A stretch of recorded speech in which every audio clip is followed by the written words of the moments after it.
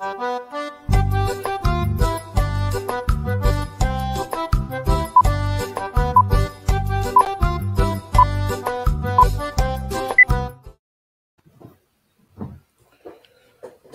a todos e a todas. Desculpas pelo atraso. Eu sou Alexandre Barata, professor da Universidade Federal de Juiz de Fora e membro da comissão organizadora do Congresso Internacional Independências do Brasil, uma iniciativa da ANPU, da Sociedade de Estudos dos 800, a CEL, e do Portal do Bicentenário.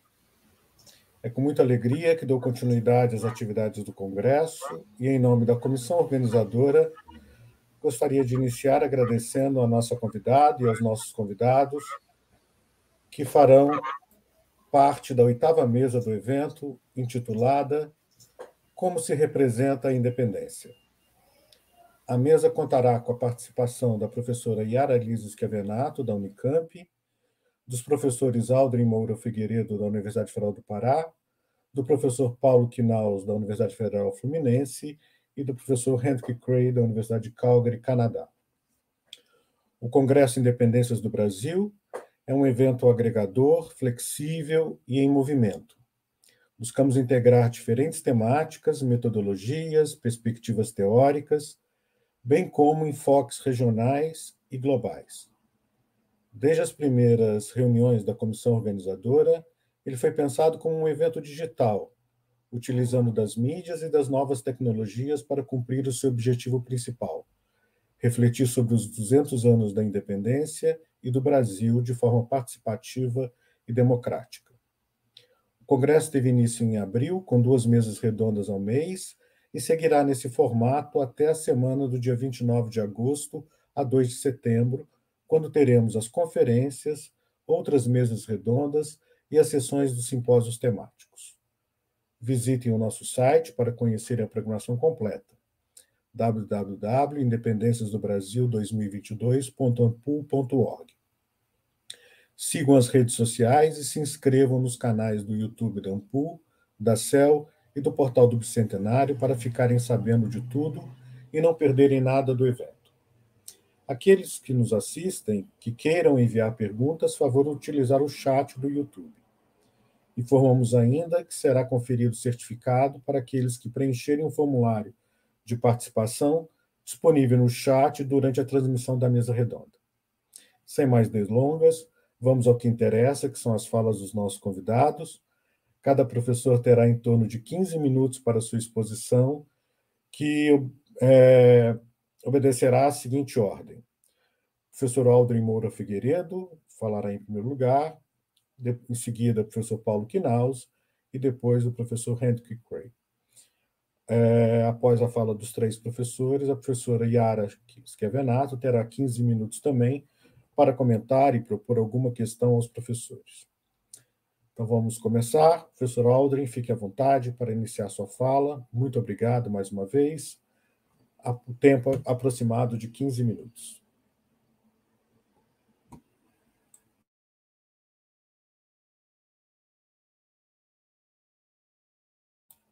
Aldrin, seu microfone está desligado.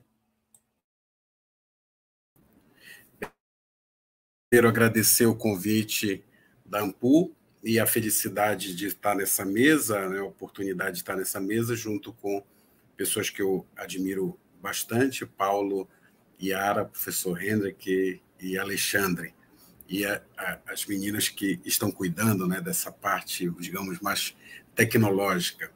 Então, rapidamente, sem mais delongas, eu vou fazer uma apresentação, um pouco um comentário de uma experiência curatorial e expográfica, uma exposição, né, em torno desse tema, que é como se representa a independência.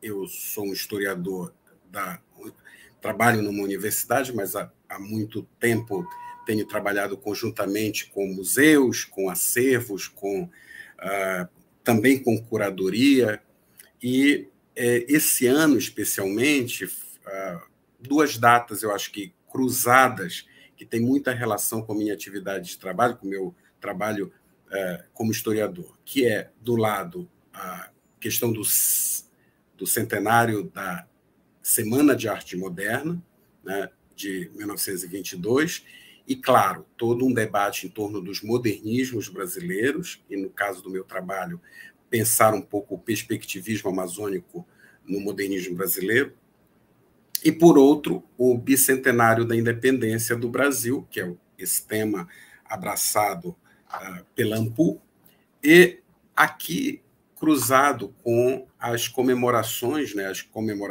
efemérides da independência, e também sobre os acervos. Então, eu vou comentar sobre, ao mesmo tempo que eu estava tratando de uma exposição que está aberta em São Paulo. Ontem nós tivemos uma mesa correlata a essa na SBC, em que a minha colega Fernanda Pita comentou sobre a exposição Raio que o Parto. É uma exposição que eu participei também com a equipe curatorial, Ficções do Moderno no Brasil. Ela está aberta ainda no Sesc 24 de Maio, em São Paulo, e ela reúne um grande acervo sobre o modernismo brasileiro, os modernismos brasileiros, e, ao mesmo tempo que eu estava atuando e trabalhando nessa exposição, em Belém, nós abrimos uma outra exposição chamada Sentinela do Norte, a independência do Brasil no Grão-Pará. E os temas, os acervos, de certo modo, se tornaram correlatos. Eu vou falar um pouco sobre essa questão aqui. Eu não sei se a Ana Vitória pode colocar os slides que eu mandei. Bem, rapidamente, essa exposição ela está aberta no Instituto Histórico e Geográfico do Pará, cuja sede é na Casa no Solar Barão do Guajará, né? E que funciona. O Instituto Histórico do Pará, ele é uma instituição que foi fundada em 1900, ela foi pensada no contexto aí das comemorações do 4º centenário da descoberta do Brasil, e lá um pouco antes do 4º centenário da América, né, que em 1892. Então, uma elite, digamos assim, política, intelectual, cria esse instituto, um pouco nos moldes do Instituto Histórico Geográfico Brasileiro, e, a partir daí, se constitui um acervo. Hoje, eu estou como diretor deste museu. E nós, nessa exposição, utilizamos, em grande parte, o acervo desse museu. Mas a primeira pergunta, que eu acho que tem a ver com a nossa fala aqui, com o nosso debate aqui, é o que pensar, o que comemorar, o que mostrar, como se representar essa independência. Porque, obviamente, o Instituto já chamaria para algo mais, acho que o próprio acervo mais laudatório, mais, digamos, efusivo, um grupo de objetos e acervo que estaria, digamos assim, pronto a constituir. Eu acho que até, inclusive, meus colegas esperavam uma versão talvez mais laudatória, talvez, e retumbante da independência. Optamos, então, por pensar algo que trouxesse mais do que resposta, que trouxesse questionamentos, perguntas. A exposição abre com essa imagem que vocês estão vendo aí, que nós pensamos como uma espécie de avatar dessas mulheres, a partir de um relato feito por uma das figuras importantes da independência no Pará, mas também da imprensa, da história da imprensa no Pará, que é Felipe Patroni. O Felipe Patroni foi deputado nas cortes no Porto, né? E, quando ele volta em 1822, instala a imprensa no Pará, o primeiro jornal publicado no Pará, o Paraense. Ele faz uma viagem, publica muitas obras e faz uma viagem ao Rio de Janeiro, e nessa viagem ele tece muitos relatos sobre os cativos, sobre os seus escravos, em especial sobre uma figura chamada Mãe Catarina, que era uma espécie de líder da expedição, e que comandava, era uma porta-estandarte da expedição. Interessante que o Debré já tinha feito uma imagem dessas mulheres, né? Essas mulheres escravizadas que participavam. Então, muito interessante que o relato do Patrone cruza-se com essa imagem que nós trouxemos como um avatar. E abrimos a exposição. Eu tinha que comentar que essa exposição ela foi financiada pela Cátedra João Lúcio de Azevedo, que é vinculada ao Ministério das Relações Exteriores de Portugal e ao Instituto Camões e à Universidade Federal do Pará, em conjunto com o Instituto Histórico Geográfico.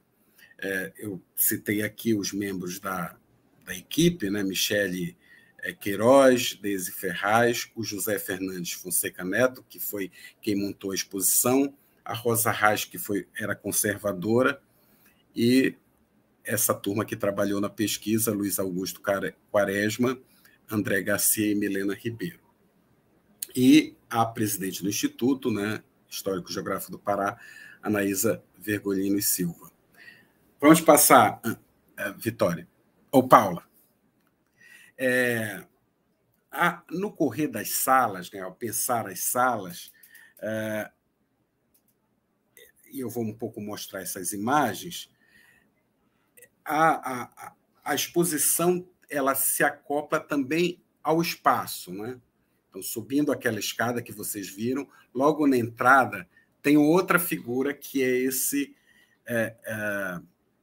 esse sujeito chamado Zeferino, que acompanhou o viajante François Biard naquela famosa expedição que redundou no livro Dois Brasis, né?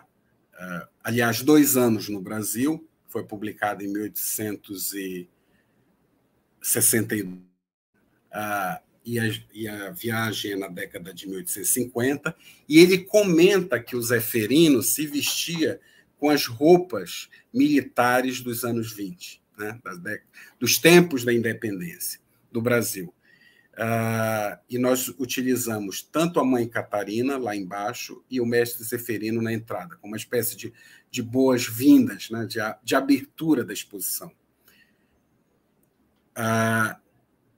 Vamos passar. Depois eu vou comentando as salas. A primeira sala é a sala que era de estudos do Barão do Guajará. Eu já comentei aqui que o prédio... Eu, infelizmente, não trouxe uma foto de abertura para vocês verem que é o solar do Barão do Guajará, mas é muito possível, quem tiver interesse, é só fazer uma busca solar Barão do Guajará em Belém, que vai ver muitas imagens. É uma residência, um solar construído no final do século XVIII e pertencente a famílias importantes, principalmente do lado da sua esposa, Dona Maria Vitória Pereira Chermon Raiol. Então, essa família Chermon, Pereira Chermon, e ela casa com o Domingos Antônio Raiol, que é oriundo de uma outra cidade importante no Pará, que é Vigia de Nazaré, e a casa, na verdade, vem do tronco feminino, né? Quer dizer, ela vem do lado da esposa, e ele herda e acaba dando nome à residência. Essa é a sala de estudos dele. A gente, há 2 anos, foram recuperados os móveis e nós fizemos algo expositivo com os seus objetos. Por que, então, pensar o Barão nessa exposição? Primeiro, porque é algo importante para o próprio Instituto Histórico, né? O Barão do Guajará, ele é o fundador do Instituto, ele é o patrono do Instituto, e, ao mesmo tempo, ele é, talvez, a principal referência historiográfica sobre a independência e a cabanagem no Pará. Ele escreveu, no século XIX, aquele famoso... que é uma espécie de monumenta, né, da cabanagem, chamado Motins Políticos, originalmente em 5 volumes, depois republicado nos anos 70 pela Universidade Federal do Pará, mas existem outras edições aqui. Então, muitos estudos, professora Magda Ritt, professor Luciano Demetrios, vários historiadores, é uma obra, digamos assim, incontornável sobre a cabanagem. Vamos passar para outra imagem. Vão controlando o meu tempo, estou tentando ser um pouco rápido. A segunda sala, ela é uma sala onde fizemos uma exposição realmente dos tópicos, eu acho que centrais para pensar a independência no Pará. Primeiro, a vinda da família real portuguesa para o Brasil e a invasão de Caiena, né? O Instituto Histórico guarda um acervo muito rico e muito importante das proclamações portuguesas de Caiena. Quer dizer, quando houve a invasão de Caiena em 1809, ela é como uma espécie de resposta ao Napoleão, né, sobre a invasão de Napoleão na Península Ibérica. Os portugueses brasileiros, né, invadem Caiena. E o governo que se estabelece em Caiena é um governo oriundo do Pará. E essas proclamações são feitas bilíngues, né? Eu vou mostrar depois imagens para vocês. E o Instituto Histórico guarda os originais dessas proclamações, que foram recolhidas nos anos de 1910, 1920, por historiadores como Teodoro Braga e historiadores da época, vários historiadores da época, né? Principalmente Palma Muniz, que é o que dá o nome ao arquivo do Instituto Histórico, um importante arquivo.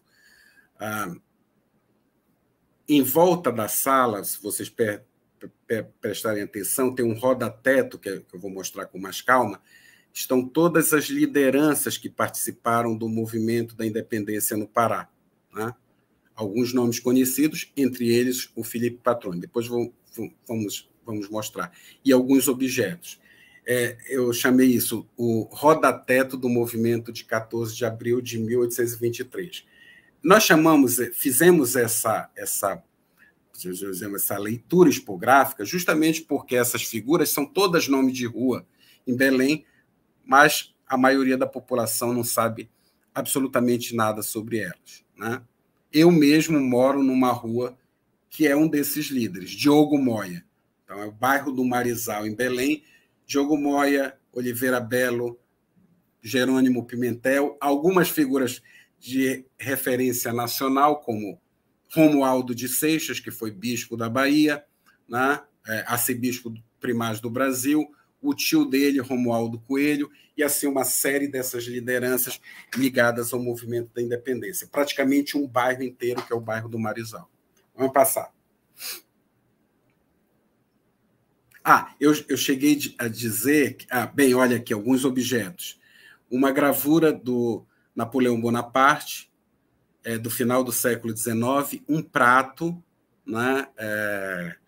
Eu não vou ter todas as referências aqui, mas se vocês tiverem interesse, podem me escrever, que eu posso passar com maiores dados. É uma Amazona de 1844, de uma casa, né, digamos, uma oficina francesa.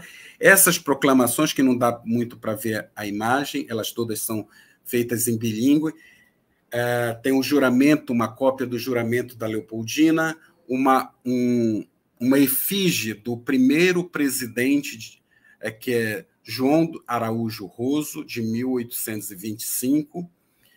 Esses dois pequenos porta-retratos em bronze, que eles eram de móveis, que estão Leopoldina e o Pedro I.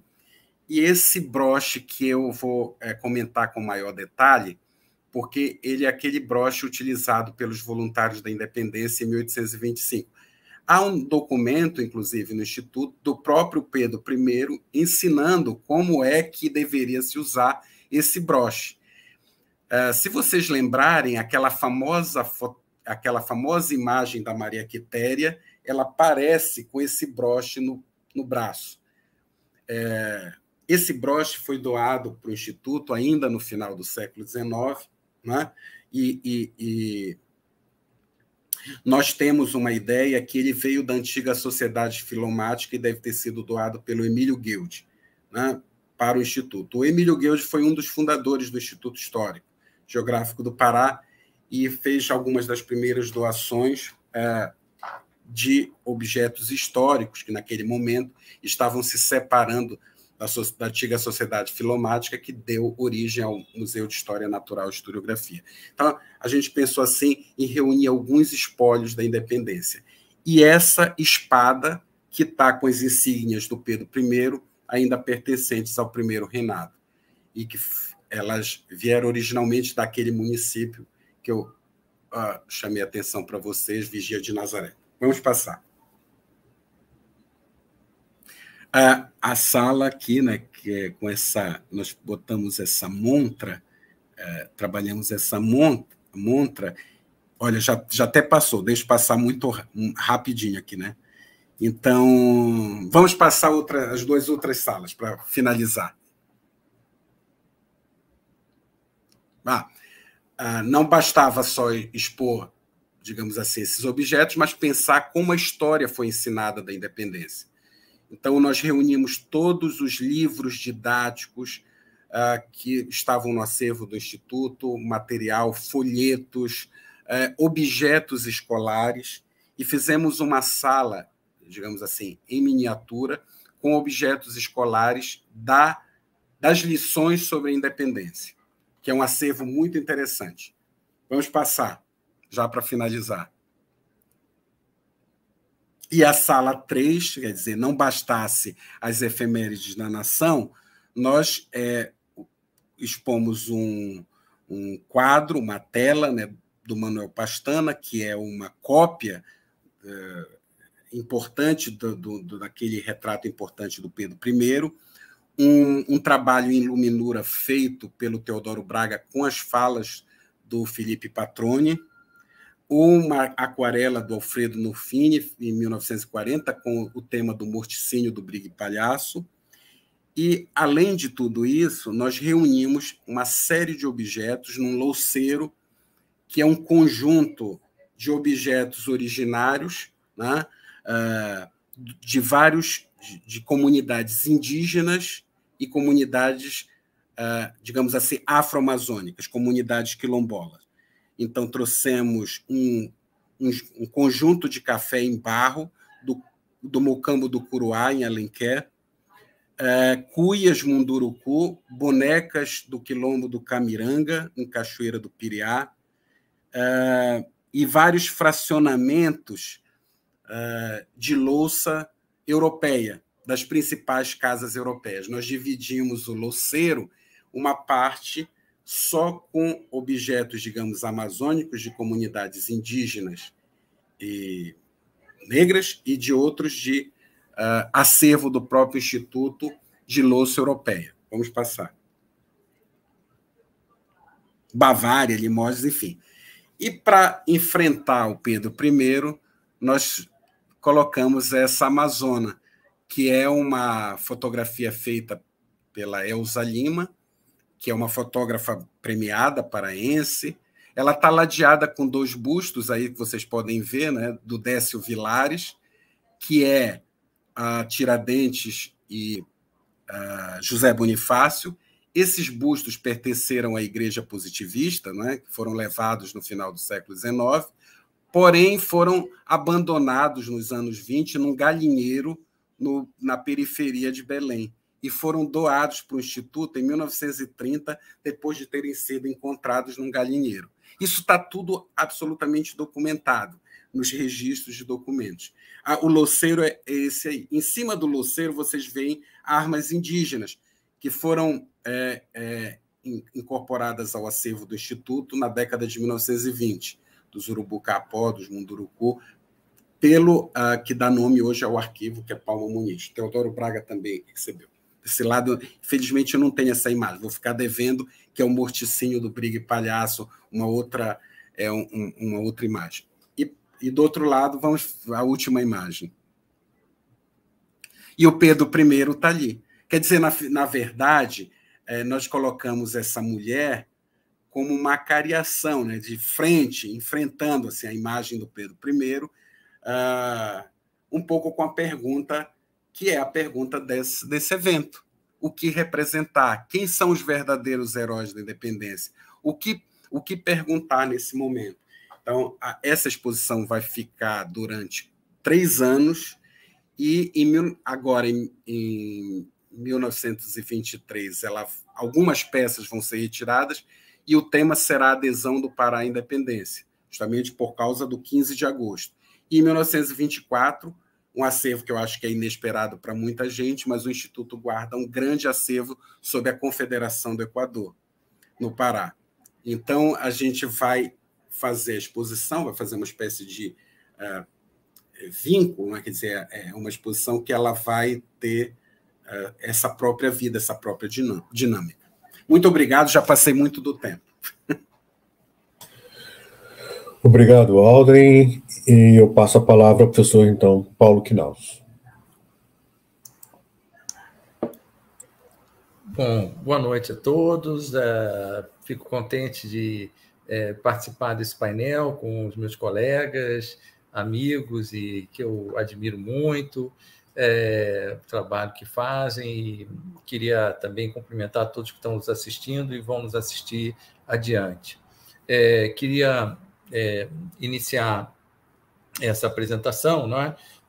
Comentando com vocês que eu vou apresentar rapidamente um pouco de um trabalho que eu estou fazendo atualmente sobre o acervo do Instituto Histórico e Geográfico Brasileiro relacionado à independência, especificamente estudando os leques da coleção. O Instituto possui uma coleção de leques e me interessa aqui, nesse caso, ressaltar 3 leques comemorativos que existem no acervo. Eu vou apontar 2 e vou tentar circunstanciar, não é, um pouco esses objetos e valorizar eles, né, no campo das representações do passado que circulam entre nós e que existem em várias instituições. Eu, para essa apresentação, vou me apoiar num slideshow aqui, se eu consigo compartilhar com todos. Me pergunto se vocês estão vendo a minha apresentação. Perfeitamente. Ótimo. Bom, a primeira imagem não era essa, a primeira imagem é essa. Bom, eu queria, na verdade, não tentar situar esses leques que eu vou apresentar ao final no contexto de um sistema de comemorações, não é, a prática comemorativa que se estabelece no Brasil a partir do século XIX. Eu queria ressaltar, não é, a importância que as comemorações cívicas têm na história do Brasil e, sem dúvida nenhuma, as comemorações da independência em 72, em 1922, em 1872, não é? Certamente são momentos emblemáticos da construção desse sistema comemorativo, não é? Que eu não vou ter tempo aqui de caracterizar e analisar, mas, de todo modo, o importante é destacar que esse sistema comemorativo, não é? Organiza uma prática específica, não é? Em torno da celebração do passado e que se expressa, não é? na elaboração e criação de várias representações do passado. Eu começo com essa imagem porque uma das elementos importantes do sistema comemorativo é que essas representações do passado elas são envolvidas, não é, em práticas ritualísticas. E o exemplo de 1972 acho que caracteriza bem, não é, essa ideia, não é, de que as imagens participam de um ritual, elas se integram num ritual, a tal ponto que eu arriscaria dizer, não é, eu repito sempre isso, de que a gente costuma olhar para essas imagens como produto e não como processo. E essas imagens, em geral, elas são um vestígio de um grande processo comemorativo, né, que envolve essas imagens num conjunto de práticas abrangentes. Não é? Aqui a gente vê em 72 como o Monumento à Independência de São Paulo foi central nas comemorações de 72, que, como nós já ouvimos dizer, e alguns devem lembrar, não é? Em 72, o grande evento das comemorações foi organizado em torno da transferência dos despojos, né, dos restos mortais de Dom Pedro I para o Brasil, de Portugal para o Brasil, e finalmente foram depositados na cripta do Monumento à Independência, no Parque do Ipiranga, em São Paulo. Esses restos mortais foram apresentados em muitas capitais brasileiras. Em todas essas situações, houve uma ritualização da presença desses restos mortais, até que no auge, não é,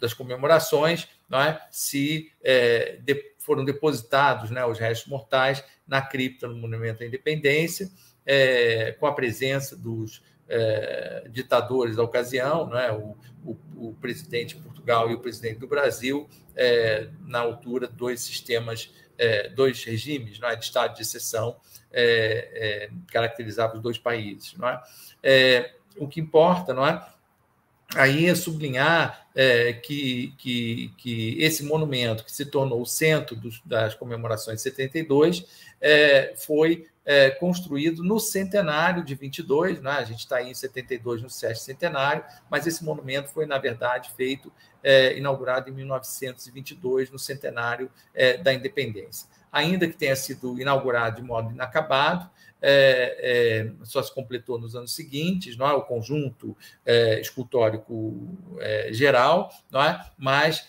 na altura, o presidente de Estado, Washington Luiz, depois futuro presidente do Brasil, não é? Mas, na altura, em 22, presidente do Estado de São Paulo, comandou, né, a inauguração do monumento, especialmente do friso, não é? Que é uma releitura da famosa tela de Pedro Américo, que fica no Museu do Paulista, né, o Museu de Ipiranga, logo atrás, nesse mesmo conjunto, né, do Parque do Ipiranga.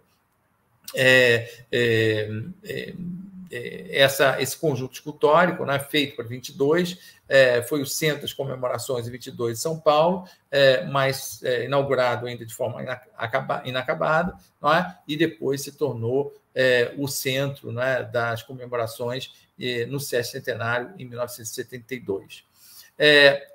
A gente pode dizer, de um modo geral, não é, que esse monumento da independência, inaugurado em 22, e que foi um elemento central nas comemorações de São Paulo no centenário da independência de 22, ele renova, não é, a prática comemorativa em torno da escultura pública que se organizou no Brasil em 1862, em torno da inauguração da estátua equestre Dom Pedro I no Rio de Janeiro. É verdade que a gente pode considerar essa estátua também como monumento à independência, considerando que se trata não só de um monumento que celebra a memória de Dom Pedro I, não é, como primeiro imperador do Brasil e líder do processo de independência, mas a gente pode considerar ele um monumento à independência na medida que ele traz o Manifesto das Nações na mão, que é um desses documentos emblemáticos e marcantes do processo da independência do Brasil, mas também porque o monumento ele foi pensado também como uma celebração da memória da Constituição, na pedra fundamental foram enterrados, inclusive, reproduções da Constituição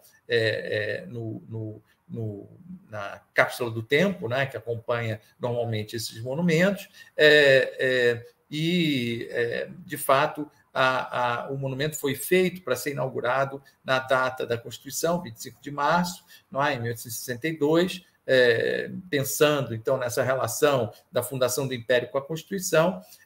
Terminou por causa das chuvas e tal, não acontecendo, só terminou a inauguração acontecendo em 30 de março, não é? Mas, além disso, a praça foi chamada de Praça da Constituição, não é? E o monumento, de modo geral, foi celebrado como uma história, não é, da afirmação do Estado constitucional no Brasil sobre a monarquia, sobre o regime monárquico, não é?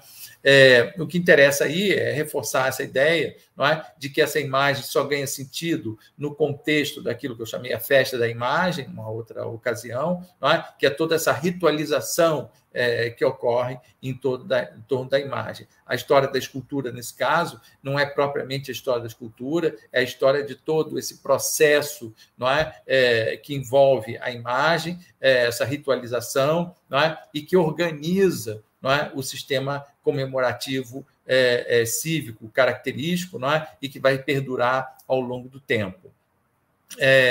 Isso, de fato, é o que se organiza em 1862 de modo pioneiro, e, a partir daí, de certo modo, se constitui um modelo de sistema comemorativo que vai se repetir em muitas outras ocasiões em torno de esculturas públicas, como no caso da estátua equestre de Dom Pedro I e como no exemplo, não é, da estátua do conjunto escultórico do Monumento à Independência em São Paulo, de 1922, mas que vai continuar sendo centro das comemorações da independência, como no caso e no exemplo de 1972, na época do Sesc Centenário.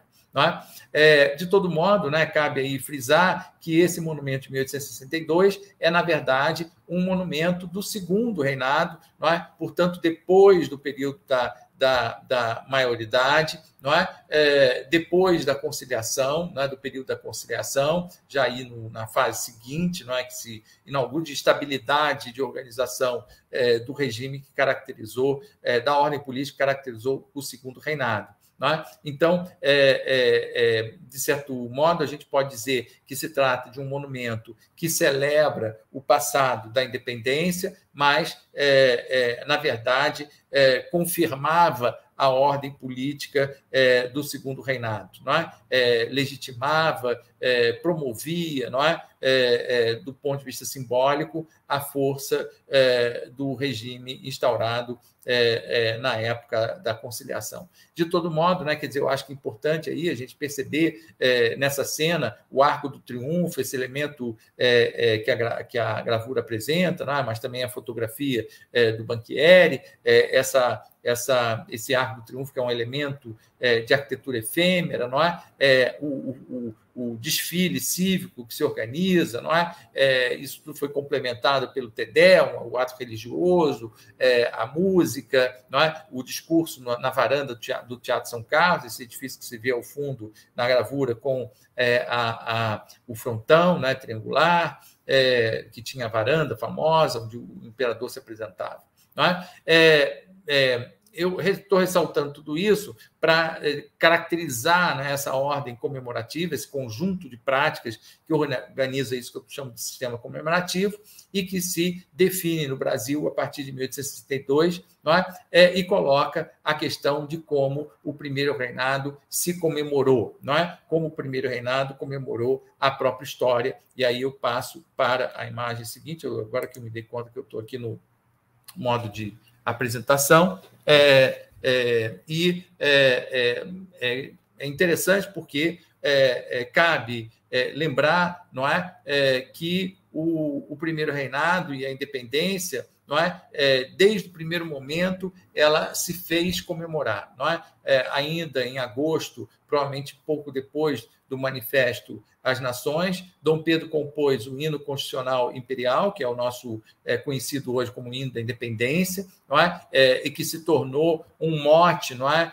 Constante da mobilização em torno da defesa da Constituição e, naturalmente, da organização do Império do Brasil. Mas a primeira, digamos, expressão material, né, na cultura material, foi a concepção e a produção da moeda comemorativa da coroação de Dom Pedro I, conhecida também como peça da coroação, uma moeda em ouro, não é? Cunhada em 1822 e criada na Casa da Moeda do Rio de Janeiro, a partir da concepção de Zéphirine Ferrez, que é um desses artistas franceses que participava da colônia Le Breton, né, também conhecido como Missão Artística Francesa. O especial dessa peça, não é que, apesar de ser hoje, até hoje, não é a moeda mais rara do Brasil, mais valiosa e mais interessante, não é, no mundo do colecionismo, não é, pouquíssimos foram feitas as 64 peças, não é, nem todas a gente sabe que destino tiveram, mas algumas estão em várias coleções públicas e privadas. De todo modo, é uma peça muito conhecida, não só pela raridade, mas pela história que envolve a peça, que é o fato de que o homenageado, Pedro I, recusou a peça, não é? E pediu para que ela não fosse produzida e, portanto, retirada de circulação. Não é? O que se conta é que Dom Pedro recusou o título, não é, que está inscrito na moeda, Pedro I, o imperador do Brasil, porque não constava a marca constitucional do Império, portanto, do Império Constitucional Brasileiro, não é? E também não constava o seu título, não é? Que no movimento da independência se atribuiu a ele, por iniciativa da Câmara, do Senado da Câmara do Rio de Janeiro, de defensor perpétuo do Brasil, não é? E isso fez com que ele recusasse a moeda. Mas, além disso, não é muito claro que ele também recusou a representação dele mesmo, não é, como imperador romano, com louros, não é? Sem o busto, não é? De modo que, no fundo, também ficava muito evidente que ele recusava também ser representado à moda como o pai, Dom João VI, era representado na numismática, nas moedas portuguesas do período joanino. Não é? Eu defendo muito a hipótese que, na verdade, ele tinha consciência de que ele precisava se apresentar como alguém que não era herdeiro do rei de Portugal, mas precisava construir uma imagem diferente, não é, da herança portuguesa.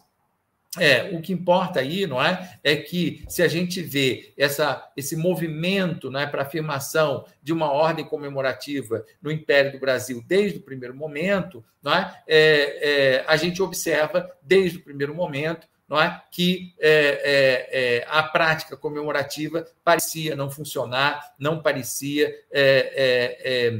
se integrar no movimento de afirmação do regime, e ela mesma, por própria iniciativa do imperador, não é, terminou sendo colocada em questão. Não é? A gente conhece outras peças, não é, conhecidas, não é, desse período, não é? O irmão do Zeferino Ferrez, que criou a moeda, ficou conhecido por criar o busto famoso de Pedro I, que existe também uma outra exemplar no Museu do Instituto Histórico e Geográfico Brasileiro, não é? E foi também reproduzida em muitas outras ocasiões, não é? E a gente vê que a representação do imperador se tornou central, sempre representado em traje militar. Dom Pedro é provavelmente o único imperador que foi coroado em botas, né, de botas. Ele gostava de se apresentar pelo traje militar, para além do caráter excêntrico, não é, do imperador. Eu insisto em dizer que, na verdade, tudo isso fazia parte de uma forma de se representar diferente do pai, para não se apresentar como herdeiro do trono de Portugal, mas como um rei de outra linhagem. Não é? E, como se diz sempre, né, ele gostava de ser representado em trajes militares e com suas insígnias, não é? Em que se destacava, não é? As medalhas ao peito. Não é? E assim a gente conhece a representação dele também na pintura, do seu retratista principal, que é o Henrique José da Silva, não é? Que tem sempre essa representação militar de botas, com as suas insígnias, as bandas, não é? Sempre desse modo que ele se representava. Não é? A peça que destoa desse conjunto, não é o retrato de Manuel de Araújo Porto Alegre, a atribuição à data de 1826, eu pessoalmente questiono muito essa atribuição, não é? De todo modo, o que interessa aí é, sobretudo, destacar que, além das insígnias militar, da marca do traje militar, das insígnias penduradas, não é, no peito, não é? Ele traz na mão a Constituição, não é? E é o único retrato, de fato, que Dom João se afirma, não é? A partir da sua identidade constitucional, não é? Diferente dos retratos de Henrique José da Silva, em que ele não vinha identificado com a Constituição, né? De todo modo, eu acho que o mais importante aí é a gente chamar a atenção para o fato de que a pintura histórica também teve presença nesse contexto do primeiro reinado, época ainda que o Debré, não é? O Jean-Baptiste Debré, outro pintor da missão artística francesa, ainda estava atuante no Brasil. A maior parte dos projetos de pintura histórica do Debré não se completaram, né? Quer dizer, a gente conhece pelos estudos, eventualmente pela gravura ou pela aquarela, não é? Mas a grande tela representativa da sua criação como pintor histórico não se confirmou, não é? A única tela que a gente conhece é essa, não é? Da sagração e coroação de Dom Pedro I, aliás, foi objeto de um estudo publicado recentemente na revista Almanac, do nosso colega Carlos Lima, um trabalho importante, não é?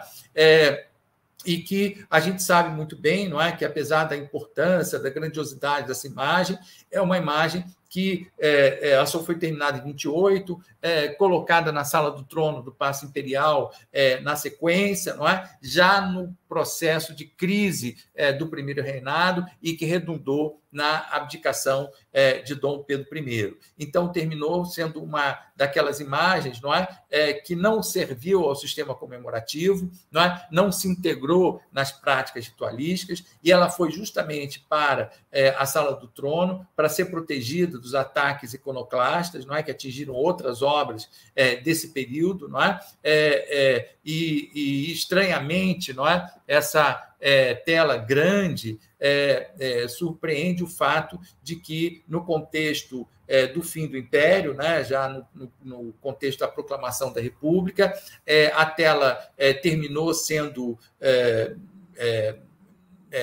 enfim, ninguém defendeu a tela, não é? E Dom Pedro II terminou decidindo por levá-la para o exílio, não é? E ela se tornou um documento do exílio da família imperial, foi instalada depois no Castelo d'Eu, mais tarde, como a gente sabe, o Castelo d'Eu foi adquirido por Assis Chateaubriand, a tela foi mantida no Castelo d'Eu, até que, no fim dos anos 60, ela terminou por doação, né, do Assis Chateaubriand, voltando ao Brasil, já muito destruída, não é? E se tornou um grande monumento, na verdade, de afirmação da capacidade técnica no Brasil de restauração de pintura, não é? Isso tudo aconteceu em 1972, quando finalmente, também no contexto do 7º centenário, ela foi apresentada publicamente. Então, ela só se integrou no sistema comemorativo cívico, não é? Em 1972, na época do 7º centenário. Tanto na época do centenário da independência, em 22, ela estava na França, não é? E, portanto, ela não ia num palácio privado, não é? E não participou desse sistema comemorativo do centenário, e só em 72 é que ela foi integrada, de fato, ao nosso... a nossa imaginária cívica no Brasil, de acesso público. Hoje ela fica localizada no Palácio Itamaraty, em Brasília, não é? Que me parece raro também, porque isso afasta ela da proximidade das outras obras de características comemorativas, não é? Mas, de todo modo, ela está lá íntegra, protegida e valorizada em Brasília, sendo, de fato, talvez a obra mais antiga, não é? Da história do Brasil na capital federal atual. Bom, e eu chego finalmente aos meus leques, não é? Que eu já vou caminhando aí para a minha conclusão, para a parte final da minha apresentação. Eu tenho feito um levantamento desses leques em várias instituições, eu já tenho 20 leques levantados, não é? É um número que eu diria que não é pouco expressivo, não é? São 20 leques que chegaram até nós, então tudo leva a crer que existissem muitos outros leques na altura, não é? Mesmo que esses leques, apesar de feitos à mão, eles eram em série, e a gente localiza essa série porque em várias instituições, tanto no Brasil quanto em Portugal, a gente encontra leques similares, não é? Como esse mesmo leque comemorativo que está no Museu do Brooklyn, nos Estados Unidos, em Nova York, não é? Mas que tem um similar na coleção do Instituto Histórico e Geográfico Brasileiro, com um acabamento menos menos elaborado, né? Eu vou apresentar na sequência, não o que mostra que esses leques eram produzidos em série e, portanto, certamente eles circularam muito mais do que a gente pode imaginar pelos 20 leques que eu localizei, e, de todo modo, eles contam.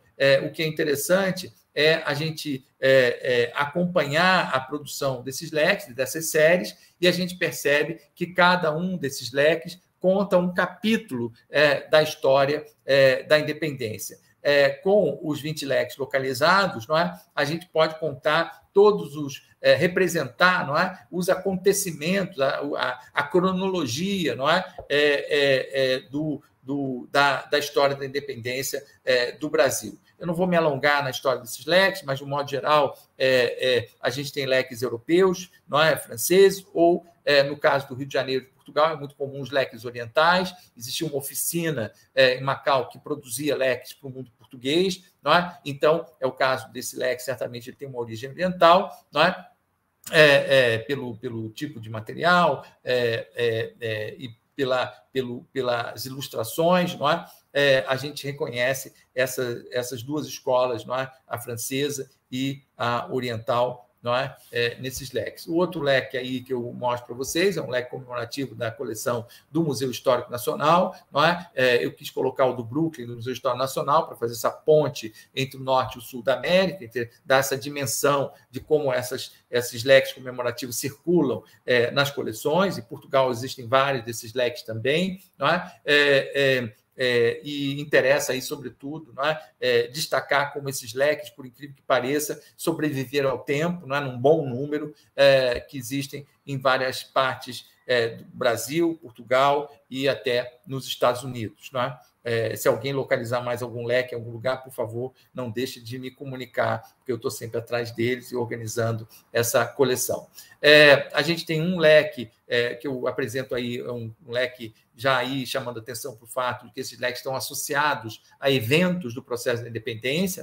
Esse é o leque comemorativo da coroação de Dom Pedro I, portanto, de dezembro de 1822. A gente não tem a data do leque, mas a gente tem o tema do leque, e a gente sabe, em alguns casos, dá até a sugestão de que esses leques eram feitos ao longo do tempo, porque tem um leque especial, até o nosso colega de Ouro Preto, Marcelo Abreu, fez um texto recentemente sobre um que vai sair num livro no fim do ano, sobre um desses leques, da coleção do Museu Histórico Nacional, que é um leque que a gente encontra na coleção do Museu Imperial, uma versão sem o Estado do Paraná, e o do Museu Histórico Nacional tem o Estado do Paraná. Então, a gente entende que o leque da coleção do Museu Histórico Nacional foi feito depois de 1853, se eu não me engano, que é da época da criação da capitania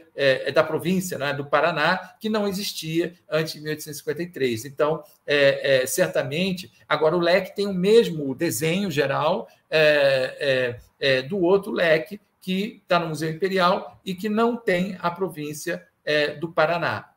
Então, a gente vê que o desenho sobrevivia ao tempo e os leques continuavam sendo produzidos com ligeiras mudanças de desenho. Aqui é o outro leque do Instituto de História e Geografia Brasileiro, o leque comemorativo da Organização Política do Império do Brasil, que segue, na sequência dos acontecimentos, a coroação,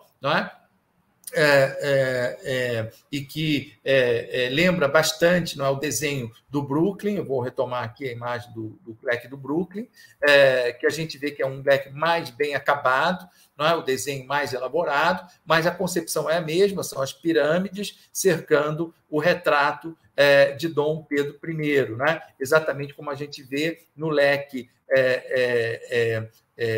da coleção do Instituto Histórico. A gente vê a mesma coleção de pirâmides, a mesma sugestão de jardim, o mesmo conjunto de querubins, o retrato e a coroa, mas numa solução menos elaborada, menos sofisticada, mas claramente a gente vê como o modelo se repete nessa série de produção de leques. E a gente vê diferenças, não é? Por exemplo, na borda, a gente vê que a borda aqui é vermelha, o floreado em dourado, não é? É mais fino, a pintura é mais delicada, mais sofisticada também pelo material. Aqui a gente vê um outro colorido, não é? E são essas rosas em volta, não é? Eu arriscaria dizer que isso talvez fosse feito já no tempo da Ordem da Rosa, que seria do tempo da Dona Amélia, do fim do primeiro reinado. Enfim, a gente não sabe muito bem como esses motivos vão sendo iconográficos, vão sendo trabalhados, mas a gente percebe claramente que o tema da organização política do Império tem uma fórmula, não é? E que se repetia na pintura de leques que circulava na sociedade. Não é? Basicamente, o que eu queria chamar a atenção é que os leques, não é? Se nós seguirmos a sequência dos leques, nós temos todos os acontecimentos básicos, não é? A coroação, eu mostrei aqui, a organização política do Império. Na coleção do IHGB, nós temos, por exemplo, o reconhecimento internacional do Brasil, a gente tem o plenipotenciário inglês, o Charles Stuart, não é? Se apresentando ao casal imperial, Dom Pedro e Dona Leopoldina, apresentando o reconhecimento, não é? Da independência do Brasil e da autonomia do Estado Nacional Brasileiro, não é? É o mais narrativo, talvez, de todos os leques. Não está em bom estado de conservação, não tinha uma boa imagem para apresentar, e mostrar uma imagem feia, eu achei que não merecia aqui na ocasião, mas é um leque, não é? Claramente associado ao acontecimento de 1826, que é do reconhecimento da Inglaterra, não é? Depois do reconhecimento de Portugal de 1825, não é?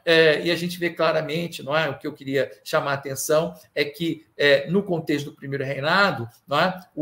A linguagem típica, não é, do segundo reinado e famosa das obras de arte comemorativas, como a pintura, não é, histórica e a escultura, não funcionaram, não é, não se integraram, não organizaram o sistema comemorativo, enquanto que a gente observa, não é, essa afirmação dos leques como um elemento talvez mais importante da ordem comemorativa do primeiro reinado. Não é? Queria agradecer novamente a oportunidade de estar aqui e insistir nessa ideia de que o primeiro reinado é a época em que se comemorava o passado, não é? A história pelo uso dos leques, não é? Que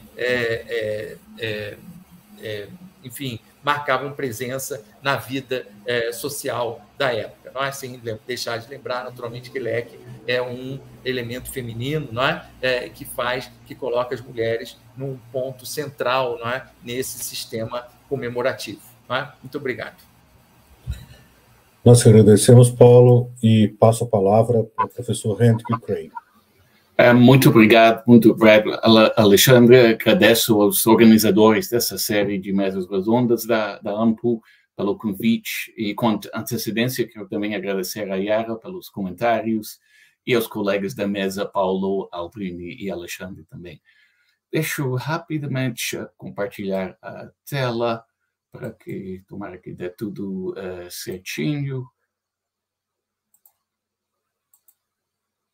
E pronto. Enfim, as representações da independência incluem uma variedade enorme de imagens, de práticas, de escritas. Temos obras de arte, como o Paulo já mencionou, a estátua equestre de Dom Pedro I, o quadro de Pedro Américo, outras formas de iconografia, charges na imprensa ilustrada, as próprias práticas comemorativas nas efemérides consagradas à independência, seja desfile militar do 7 de setembro, ou uma procissão do 2 de julho, o canto orfeônico da época da Vargas, as festas populares da independência oitocentistas, criticadas pela imprensa carioca. Poderíamos também ter falado de literatura, teatro, cinema, exposições de museus, como Aldrin falou, até a própria historiografia sobre a independência, de certa forma, uma representação. E para não me perder nesse mar de representações, resolvi falar apenas uma, mas uma muito duradoura.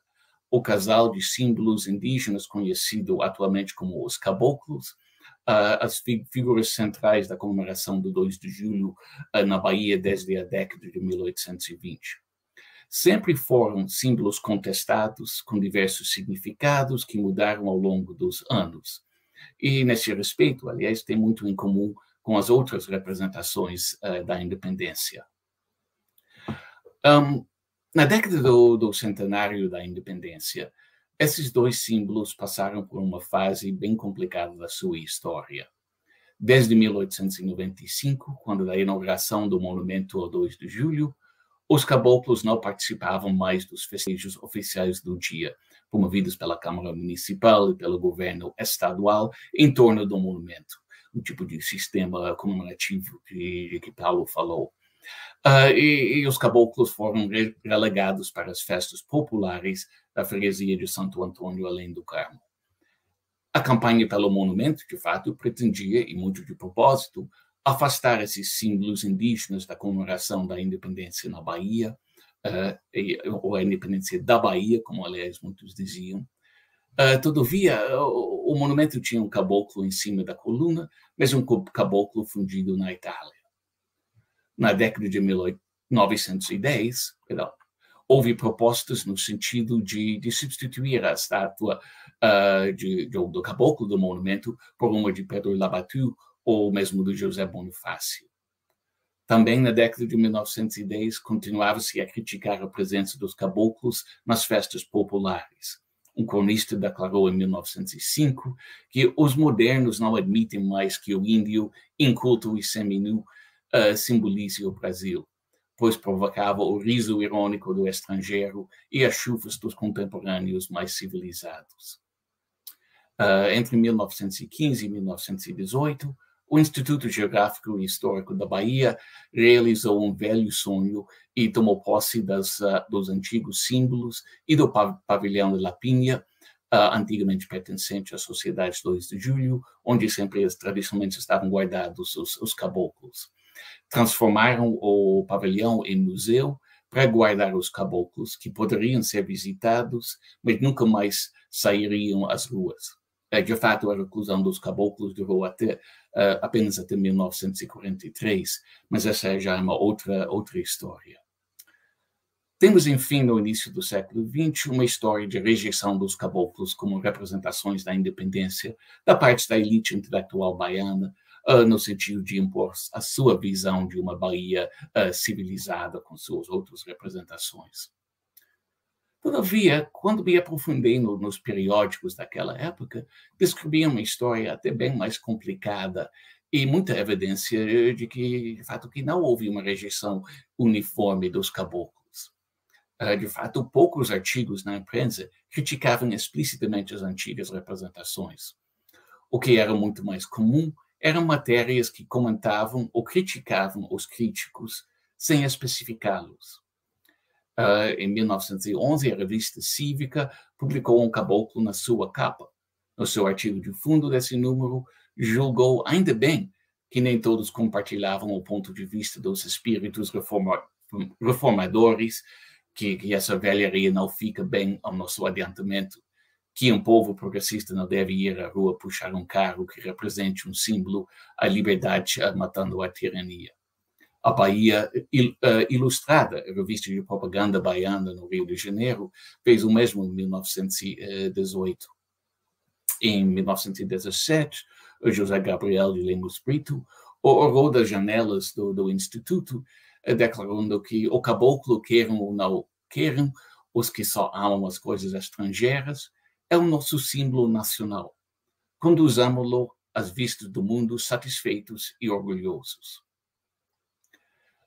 O debate sobre como a Bahia devia ser representada no monumento a ser construído em Ipiranga para o centenário também revela uma diversidade de opiniões. Em 1919, uma comissão do Instituto teve que responder à solicitação que veio de São Paulo sobre como melhor representar a Bahia nesse monumento. A comissão recebeu 3 propostas e publicou seu parecer. Rejeitaram a sugestão de representar a Bahia por um caboclo, pois por uma razão bastante curiosa, não individualizaria a Bahia. Também rejeitaram uma proposta de uma indígena cristianizada, seminua e genuflexa, conchegando ao seu seio uma cruz. Tais indígenas catequizandas existiam em todos o país. A terceira proposta era uma Atenas brasileira, a deusa grega de sabedoria. Embora mais aceitável, uma figura grega clássica também não era muito baiana. A comissão do Instituto ponderou, enfim, que o Brasil índio nunca existiu, pois o Brasil era o produto da civilização portuguesa. Portanto, o mestiço, uma figura transitória, também não poderia representar a Bahia.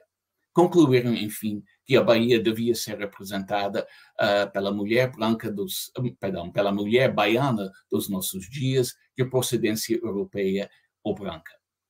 Bem, essa proposta me parece que não foi concretizada, pois o monumento do Ipiranga acabou ficando sem as alegorias dos estados, mas o debate de 1919 é geralmente considerado pela historiografia como um exemplo da rejeição do indígena e do africano, que nem foi mencionado, na representação pública da Bahia da República Velha.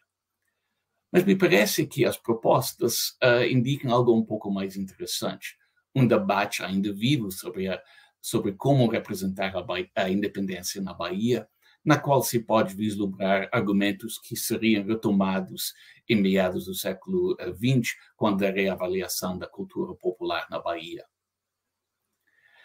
Nessa mesma época, década de 1910, Manuel Raimundo Querino, um dos primeiros estudiosos da cultura afro-brasileira, também escreveu sobre os caboclos. E seu argumento sobre as suas origens se tornaria a atual, digamos, história oficial do 2 de julho.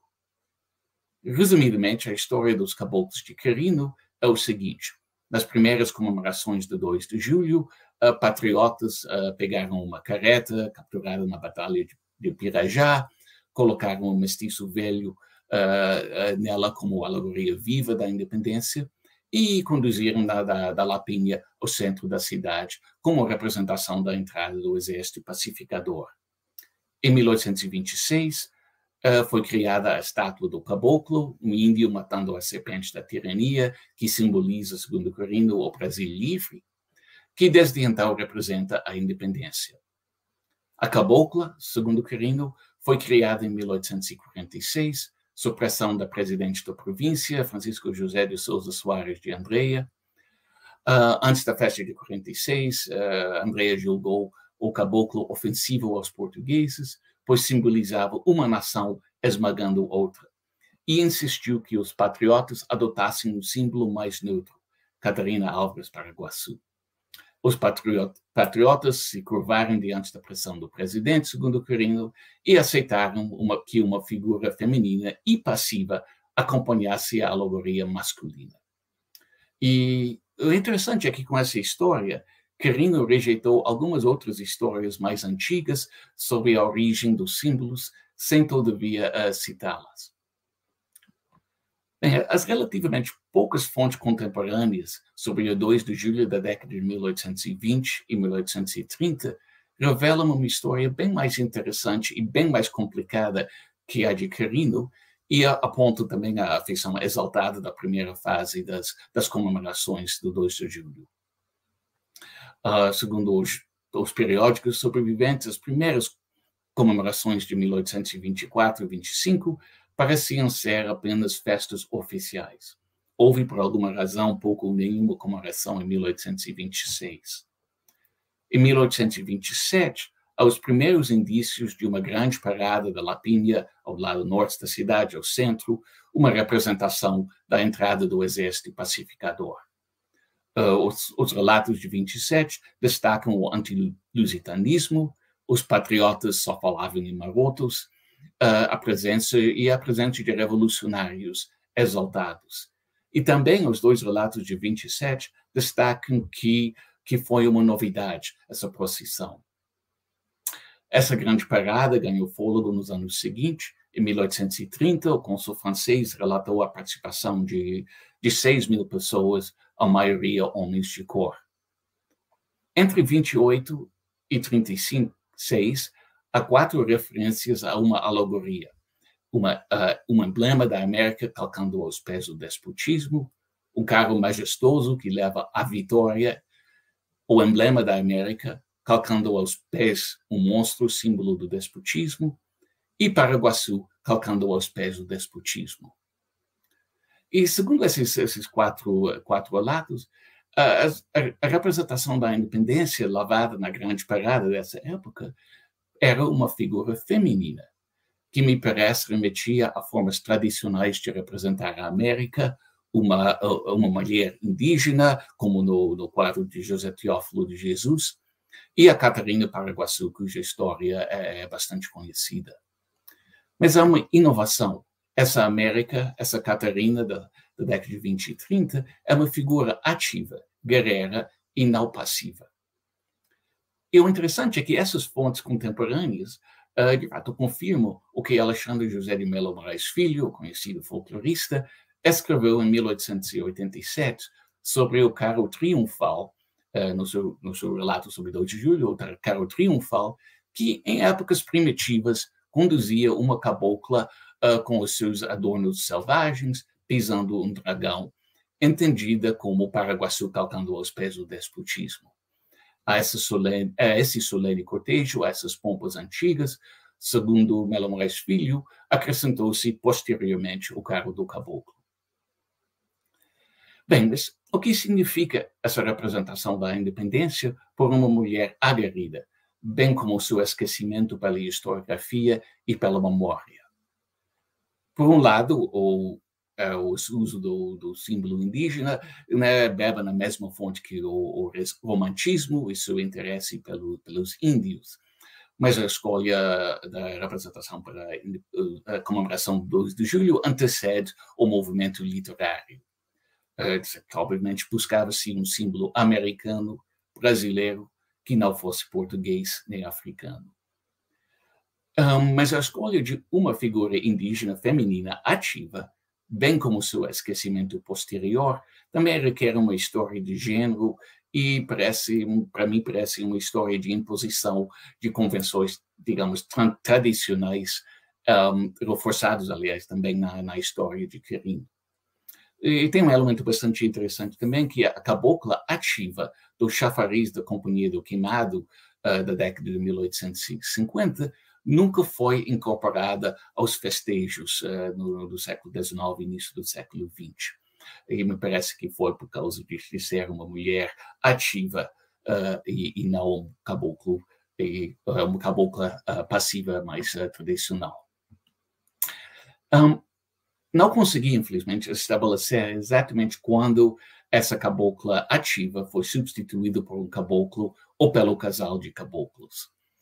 Não achei nenhuma confirmação da história de Quirino sobre a criação da cabocla na documentação da década de 1840. As fontes das décadas de 1840 e 1850 são, de certa forma, contraditórias. Falam de 1 ou 2 carros alegóricos e de figuras masculinas e femininas. E, de fato, a primeira referência explícita a 2 símbolos, o caboclo ativo e a cabocla passiva, de fato, data de 1861. Bem, depois dessa primeira fase exaltada das comemorações do 2 de julho, que foi duramente reprimida depois da Sabinada, o 2 de julho foi reinventado na década de 1840 como uma festa de todos os baianos, ainda com certa retórica exaltada, mas agora com participação de todas as classes. As grandes festas do 2 de julho de meados do século impressionavam a todos os observadores. A partir da década de 1860, 1870, a festa se difundia pela cidade através dos 2 de julho de bairro, as festas populares. E nessa época de final do Império, surgiram as primeiras críticas à festa e à sua feição popular. Sem entrar nos pormenores da festa de meados de final do século XIX, gostaria de concluir com algumas reflexões sobre os caboclos e o que representavam e para quem na segunda metade do século XIX. Não há nenhuma dúvida sobre a centralidade dos caboclos como símbolos. Foram levados da Lapinha ao centro da cidade, expostos por alguns dias no palanque do 2 de julho, e levados de volta ao seu pavilhão numa outra procissão 4, 5, 6 dias depois. Mas o que significavam? E aí é muito difícil responder à pergunta, pois os relatos das festas nos dizem relativamente pouco. No século XIX, usava-se raramente a palavra caboclo, registrada pela primeira vez em 1847. Com frequência, os jornais fazem apenas referências vagas a carros triunfais, carros alegóricos, carros emblemáticos, sem especificar o significado do emblema. Quando foram mencionados, os significados incluíam emblemas da independência ou emblemas da emancipação política, e de vez em quando o caboclo é descrito como o gênio do Brasil. Chama a atenção nessas descrições que os emblemas não representavam somente a Bahia, mas representavam o Brasil. E é importante frisar que desde a década de 1820, os que comemoravam o 2 de julho sempre argumentaram que o 2 de julho é parte da história da independência nacional, que é o que completou a independência nacional.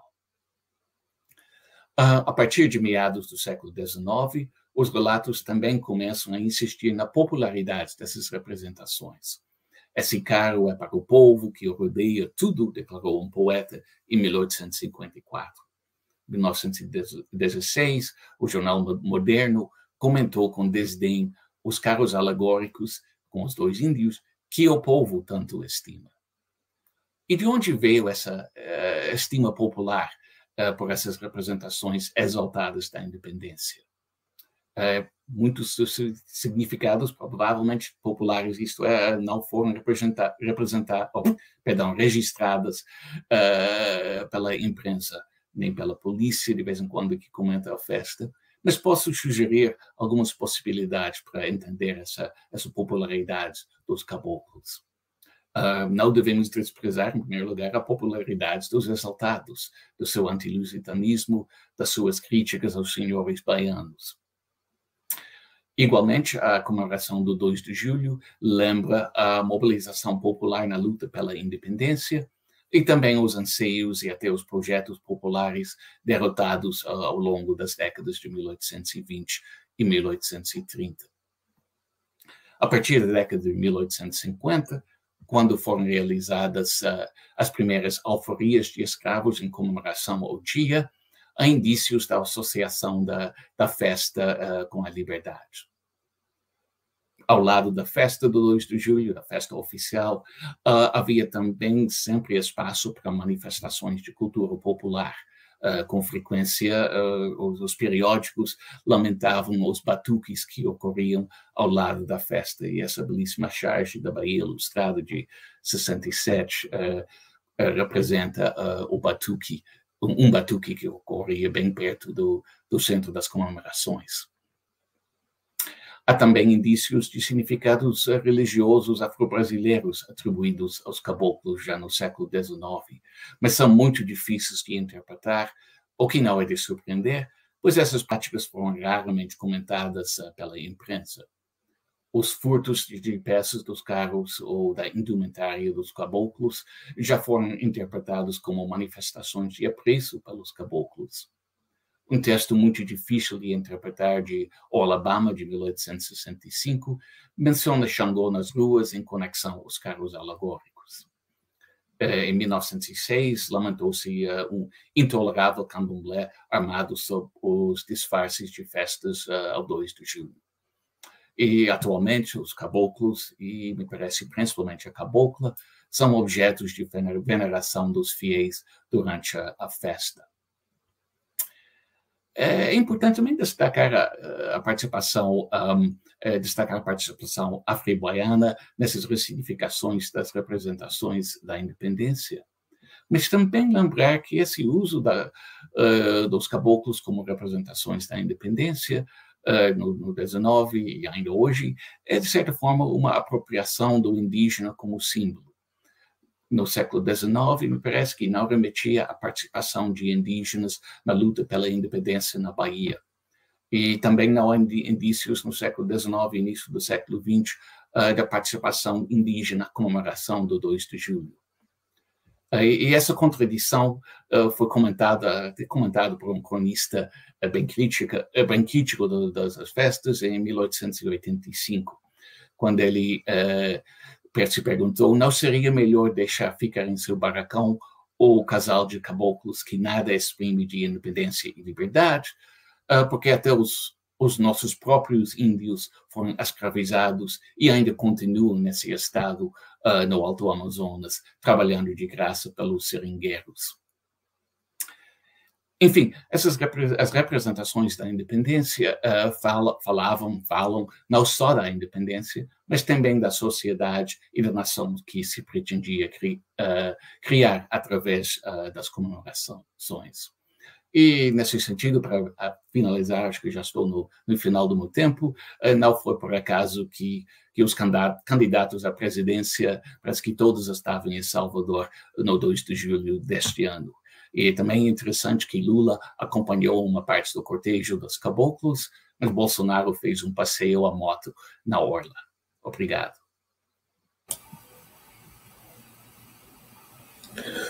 Obrigado, professor Hendrik Gray. Depois de falas tão ricas e tão estimulantes, eu passo a palavra à professora Yara para fazer os seus comentários e propor alguma questão. Né? Alexandre, eu agradeço demais a oportunidade, a ANPU, a CEL também, e ao Congresso, né, que está transcorrendo. Então, é um jeito muito simpático de poder trabalhar, estar junto. Eu gostei imensamente de tudo que eu vi, estou muito contente de estar com colegas que são amigos e que eu admiro demais. Assim, eu vou passar alguns problemas que me parecem muito interessantes de olhar.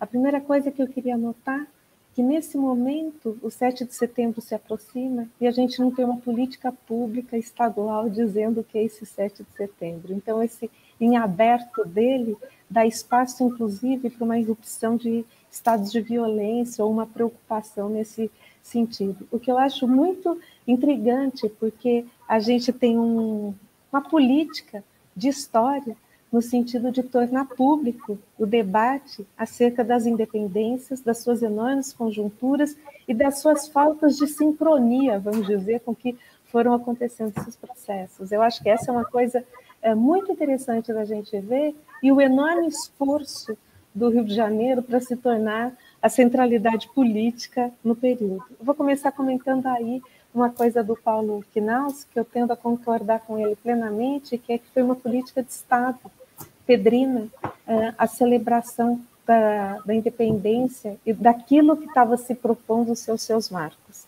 Eu acho que tanto tem essa dimensão, que eu gostaria de chegar um pouco mais perto dos objetos que marcam os novos corpos dessa celebração. Quanto a alguma coisa que me parece muito interessante, que são corpos que performam. Sejam nos leques, que talvez seja aquilo que ficou do ponto de vista de uma sobrevida mais facilitada e das casas para esses leques, né, que são leques de objetos políticos, mas que também tem outro sentido, que eles ocupam um espaço público e eles têm a vocação de exibição. Então, eles mostram uma adesão. Eu acho que essa é uma dimensão muito importante. Eu lembraria ainda, não só a recusa da moeda, como a escolha e o investimento no pano de boca na noite de coroação do Pedro I, que é uma peça perdida. É muito interessante pensar isso, né? A representação que estava lá no dia, saudando, dizendo quem faz, nós não temos. Nós temos a cópia feita, né, pelo próprio Debré desse material. É muito interessante, porque nessa imagem a gente tem, talvez, um dos elementos mais reforçados pelo projeto Pedrino. A Elaine Dias mostra isso, me parece, com muita propriedade, assim como a Marcela, eu sempre troco o nome dela, eu acho que é Marcela Dantas, num outro mestrado, orientado pela Elaine, como há uma entrada dos elementos tropicais na representação do Dom Pedro. Então, não só eu acho que tem esse desligamento das formas de representação do tempo joanino, como tem uma entrada, entre eles a bota e o manto e o pano de boca, no sentido de introduzir elementos tropicais com os quais a representação do mundo novo, constitucional, está se dando. Eu queria pegar de novo, e eu queria perguntar para você, Paulo, uma coisa muito interessante, se vocês têm uma história no IHGB da chegada dessas peças, desses objetos.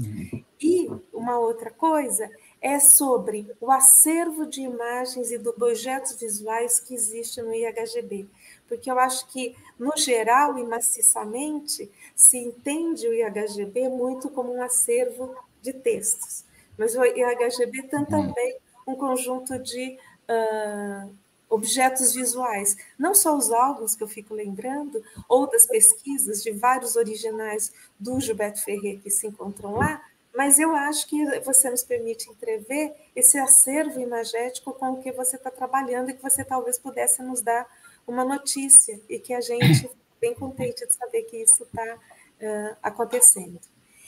Vou tomar os leques e pensar um pouco, Aldrin, que você mostra para a gente 2 tipos de objetos que são esses mesmos. A braçadeira, de algum jeito, e acho que essa é uma coisa impressionante, porque a gente tem vários relatos de uso de braçadeiras, quer em homens, quer em mulheres, muito nas tropas.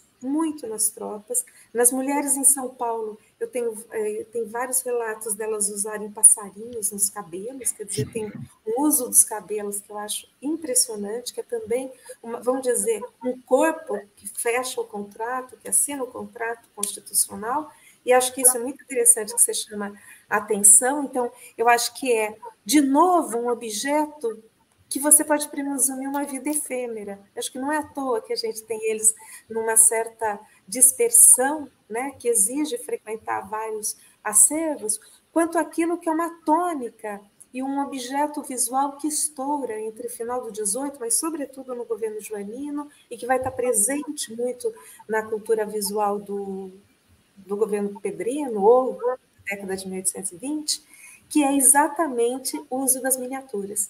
E são objetos, quer os leques, quer as braçadeiras, quer as miniaturas, que estão presumindo portabilidade, que estão presumindo mobilidade. Eu acho que esse é um elemento muito interessante que talvez a gente possa avançar nas formas de representar naquele momento imediato da independência, um elemento que me chama muito a atenção, que são objetos que têm a capacidade de mobilidade, são objetos que têm a possibilidade de transitar. E acho que justamente na hora que a gente deixa de estar preso apenas nos espaços, nos acervos, nos museus que têm essa vocação nacional, a gente consegue enxergar esses objetos que nos trânsitos, e estando espalhados e heterogêneos, a gente consegue entender, vamos dizer, esse reinvestimento também visual e de celebração daquilo que você pudesse chamar de fundação e contratação do país. E aí, se a gente tem esse esforço de centralidade, que eu acho que existe, que foi uma política, hoje em dia eu consigo dizer que foi uma política de patrocínio pedrino, tem um lugar aí que eu estou desenvolvendo essa ideia com um pouco mais de zelo e material, mas dizer que ele tem um investimento, vamos dizer, de dar conta, dispersar esse material e fazer chegar em todos os lugares. E que não à toa as pessoas incorporaram. Queria te contar que, além do mestre Zeferino, o École Florence conta que ele desenha o principal, Munducuru, que na hora de se representar, pede para ser representado com as suas insígnias da independência. Tem um caso no Ceará do mesmo jeito, que na hora de ser representado pede isso. Eu acho que isso mostra o quanto esse reinvestimento dos corpos, né, se dizem presentes. E aí eu gosto muito dessa estratégia expositiva, né, de vocês colocarem a fotografia com a bandeira embaixo, né, com essa bandeira, quer dizer, eu me faço parte da nação, né, a bandeira é minha, mas que independência é essa? Como se essa conversa estivesse de lá e cá. Isso me faz comentar um elemento que me parece um diferencial desse momento, que é de um lado, a gente prestar atenção que em 1922 o grande projeto que vinga de representação vai ser o museu que a gente chama de Paulista, voltou a ser Ipiranga, concorda? Que vai ser reaberto em 7 de setembro próximo. E aí é muito interessante a gente perceber como a gente tem uma pluralidade de representações e que nos dois casos passam por propostas de momentos diferentes, mas que não deixam de ser de mesma família, de institutos históricos, né? Assim, e como eles têm uma consciência de si, no sentido de que zelam pelos fatos nacionais e as suas formas de representação. É muito interessante a gente pensar isso nesse sentido, enquanto uma política de constituição, vamos dizer, de uma memória material da independência. E olhando para o projeto do Museu Paulista, a gente até fez uma entrevista, o Carlos Lima e eu, com a Vânia, do Museu Paulista, que dirige um tanto esse processo de instalação da nova versão do museu, conversando com ela o quanto é um projeto deles de reinstalação que agora segue o projeto museológico do professor Upiano. Então, acho que é muito interessante que a gente tenha uma espécie de corte de representações e que tem uma busca por pluralidades e por heterogeneidades nas formas de dizer as independências ou nas formas de corporificar essas independências. Nesse sentido, Aldrin, eu fico me perguntando aqui, tendo visto a exposição do Raio que o Parta, no Sesc 24 de maio, o que você chama, ou que você chamaria atenção conceitualmente, que é o investimento que varia? Você chamou a atenção aqui para esse perspectivismo amazônico, mas eu também não vi a exposição do Pará, já contei para você que eu quero ver esse ciclo expositivo, que não é só uma exposição que vocês estão fazendo aí, né? É um ciclo expositivo, e eu fico muito atiçada para tentar entender o que será 1824. Do outro lado, não é? Esse eu acho que é um dos momentos mais visualmente apagados, né? Assim.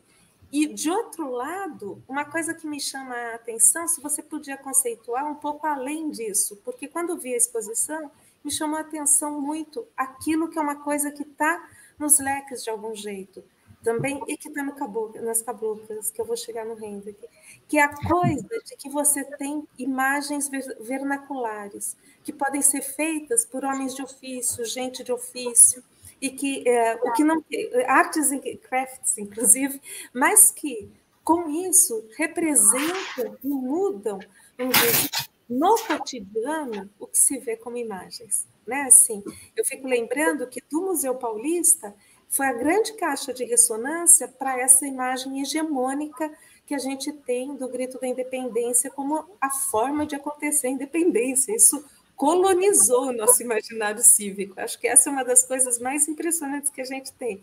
Ela vingou não só nos grandes vultos da nação, lá do Brasil, escrito pelo Afonso Scranelli Toné, quando diretor do Museu do Ipiranga, mas depois, sobretudo, nos livros didáticos. É quase que uma catequese cívica da data que a gente passa. E aí é muito interessante esses investimentos visuais e essa política digital levada pela ANPU, pela CEL, pelo Portal do Bicentenário, e eu não posso esquecer essa coisa que eu gosto tanto, que são as Olimpíadas Nacional de História, que também fez uma exposição online, uma proposta de exposição online para os candidatos, para os concorrentes desse ano, para os inscritos desse ano, mas eu chamo a atenção o quanto a gente tem uma posse de exposição e uma política expositiva, nesse caso, que tenta pluralizar isso. E quanto a pesquisa do Paulo indica para a gente uma vontade de dentro do IHGB de pensar políticas de imagem associadas a escritas da história, né? Acho que essa é uma coisa muito importante. Hendrick, sabe o que me chama a atenção sobre a Cabocla, quando você conta para a gente essa história, que é uma história de censura também, né? É quanto mostrando a imagem, censura, né? Censura mostrando a imagem. Mostra a imagem, diz como é, descreve a imagem e censura. Diz não pode, mostrando a imagem. Eu fico imaginando o quanto era necessário dizer qual imagem é proibida. O que é que não pode ser visto? É quase uma política de dizer não mostrando e censurando. Quer dizer, eu estou mostrando, está aqui essa cabocla, aqui, ela é espizinha, ela faz isso, ela faz aquilo, mas não, viu? Não pode, não pode. É aquela.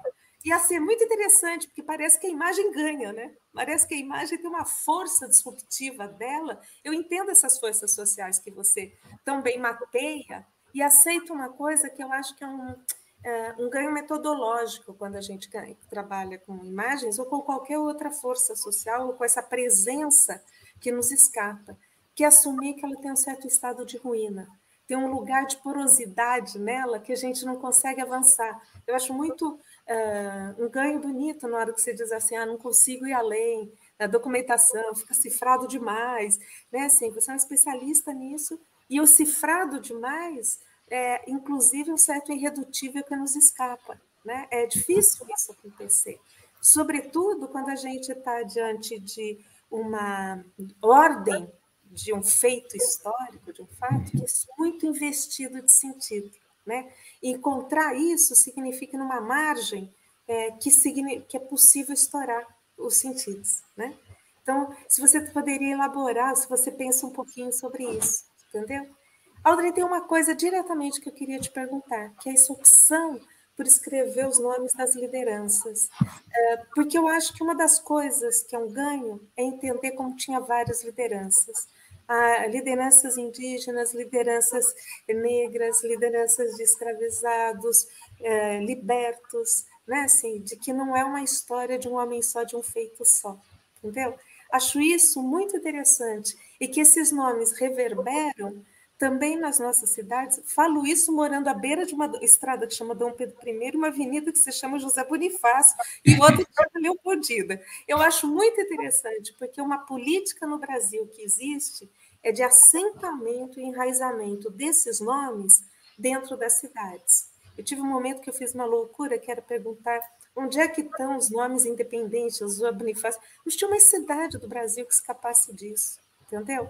E aí você tem essa tática que é encontrar o nome da rua e encontrar lá dentro. Mas eu acho que é repor o lugar das lideranças e de toda a gente que lá esteve. Mas acho que é muito interessante essa política de renomeação para a gente. Por último, talvez o que eu notasse sobre essas formas de representação é uma política digital levada à frente nesse momento, como uma forma de possibilidade de juntar as pessoas em lugares tão diferentes, né? Assim, e uma forma de que, com dificuldade de financiamento para muita coisa, a gente gera conversa, né? E junta colegas de todas as partes, justamente usando dessas plataformas. E eu chamaria atenção uma coisa, se a gente pensar o que foi os 500 anos do Brasil, que foi um hiperinvestimento simbólico, midiático, expositivo, os catálogos, né? Assim, quando você ficou falando que o mestre Zeferino e a Catarina abriam lá, a mãe Catarina, né? Era isso, abriam os espaços, eu fiquei pensando na proposta do Luciano Migliaccio, na exposição dos 500 anos, que no módulo século XIX, era o Gonzaga Duque, abrindo, né, para as pessoas. Então, essas possibilidades de hiperpolíticas de presentificação foram tomadas por outros lugares, né? Então, acho que isso também revela a nossa condição de representação e um pouco a importância dessa memória disciplinar da história, um tanto, né? Não um pouco, mas um tanto, de tentar dizer aquilo que compõe uma cultura política e de histórias, né, do Brasil. Não é pouco nesse momento, não é nem um pouco, eu diria. Então, acho que são essas as coisas que eu gostaria de comentar e falar. Qualquer coisa, eu continuo aqui, Alexandre. Obrigado, Yara. Eu vou dar um turno, por causa do adiantado da hora, 5 minutos, mais ou menos, para comentários. Eu sei que é pouco, mas com alguma tolerânciazinha. Então, já posso Vamos manter começar? a ordem da Audrey, Paulo e Hendrik. Tá. Obrigado, Yara. Eu vou fazer um comentário também rápido e gostei muito das questões do olhar, né? Cruzado traz muitas questões, muitas informações, e também já dizer com as palestras anteriores, né? Do professor Hendrik e do Paulo, né? Enfim. Eu acho que essa questão conceitual, digamos assim, do modernismo e da independência, eu acho que para a Amazônia tem 2 tópicos muito importantes. Primeiro, essa questão do perspectivismo, que é um grande tema, é um grande problema, inclusive filosófico, para essa geração de 1910, 1920. Só para resumir, das figuras importantes desse movimento em Belém, que é o Cursino Silva, que vai ser um desembargador, em 1915 ele funda, para se ter uma ideia, um grêmio Henri Bergson, em Belém. Quer dizer, eles estão lendo toda essa literatura, Matière Memoir, né, toda essa literatura francesa, e também esses autores, né, esquecendo que José Veríssimo é um dos primeiros comentaristas da obra do Nietzsche no Brasil, né, publica no Rio de Janeiro, e transita esses estudos entre Belém e Rio de Janeiro. Quer dizer, esse tema do perspectivismo é muito importante, e isso se enraiza com esse, digamos, debate sobre a modernidade em Belém, né? Essa elite que é do rescaldo da Belle Époque, que se forma na Europa, que está dialogando com esses autores. E sob o ponto de vista da independência, eu acho que aí tem um outro tópico, que é uma perspectiva cabocla indígena. Eu acho que o conceito fundamental é autonomia. Esse conceito vem da cultura indígena, vem da cultura Munduruku, da cultura Mura. Quer dizer, há um trabalho muito interessante do Márcio Meira, e cada vez mais os autores que têm trabalhado com cabanagem, com independência, e se nós formos falar numa linha grande, esses conceitos vão se cruzar em algum momento. O perspectivismo, quer dizer, essa ótica da modernidade lá do início do século XX, e a ideia de autonomia. Temos que lembrar que Pedro I foi uma figura extremamente polêmica. Até os anos 40, há uma desconfiança enorme do norte da Amazônia em relação ao Brasil. A centralidade brasileira, o Pedro I é visto ainda como um rei europeu, enfim, tem muito essa... Isso vai ser reconstituído só com Pedro II, né? Você vai ver todo um processo de construção de uma cidade imperial a partir de 1840, quando vai se plantar em Belém lá as palmeiras imperiais, os nomes das ruas vão ser modificados, não tem o nome do Pedro I não está lá, nem da Leopoldina, nem nada disso no princípio, é toda a memória da família imperial Pedro II em diante. E o Pedro I vai ser posto em rua a partir do Pedro II, lá só muito depois. Esses objetos, foi fantástica a tua análise, esses objetos pequenos, eles são os rescaldos, né? Uma espécie de espólio de memória que ficou na mão desses particulares e que vão ser recuperados só na República, né? Eles só vão voltar para as coleções na República. Então, é muito interessante isso, né? Pensar que há uma negação do primeiro reinado, né? Nesse momento, e depois uma recuperação já no final do primeiro reinado e na República.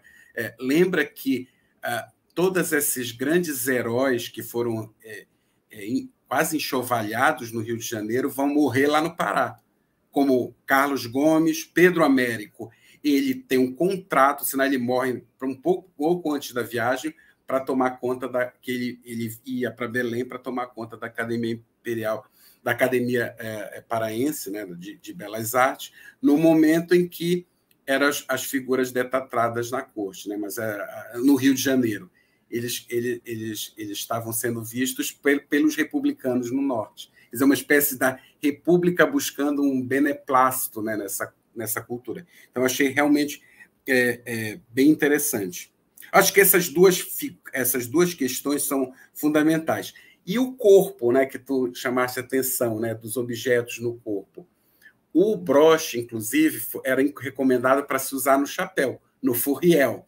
Na documentação que nós temos, ele diz assim, para uso no furriel e tal. Só que nós encontramos muitas referências depois dos soldados usando com fita em gorgorão, verde, enfim. Lembro que, aí, só para concluir o comentário, que quando a Leopoldina morre em 26, essas cores vão ser pintadas no átrio da Igreja do Carmo, em Belém. Essas cores que são preservadas até hoje, o verde e o amarelo, são colocados no átrio. É interessante a diferença entre a imagem da mulher, da imperatriz e do imperador. Os nomes do Pedro II também vão sumir.